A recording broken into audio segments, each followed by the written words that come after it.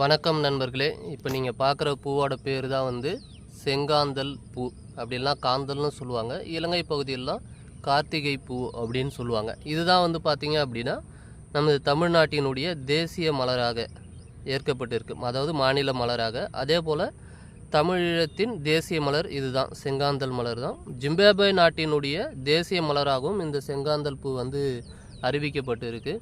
So இது வந்து பார்க்கறது எவ்வளோ அழகாக இருக்குது பாருங்கள். கீழே வந்து பார்த்திங்கன்னா மஞ்சள், வெளிர் மஞ்சள், வெண்மை மஞ்சள் மாதிரி இருக்குது. மேலே வந்து சிவப்பு நிறத்தில் இருக்குது. ஸோ இந்த பூ தான் வந்து பார்த்திங்க அப்படின்னா தமிழர்களுடைய தேசிய மலர் அப்படின்னு சொல்லப்படுது.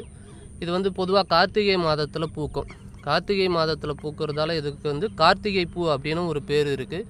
முருகர் பிறந்த மாதம் கார்த்திகை, இந்த மலர் மலர்வதும் கார்த்திகை மாதம் அப்படின்றதால இதுக்கு கார்த்திகை மலர் அப்படின்னு ஒரு பேர் இருக்குது. அதே போல் இது வந்து நம்ம வந்து கவனமாக கையாளணும். தேவையில்லாமல் இது வந்து தொடுறது இருக்கக்கூடாது. அப்படி தொட்டோம் அப்படின்னா தோல் பிரச்சனைகள் வரும், அரிப்பு வரும், தடிப்பு வரும். அதே போல் இந்த பூவினுடைய இந்த செடி இதனுடைய அடிப்பகுதி வேர் வந்து பார்த்திங்கன்னா மிகவும் நச்சுத்தன்மை வாழ்ந்தது.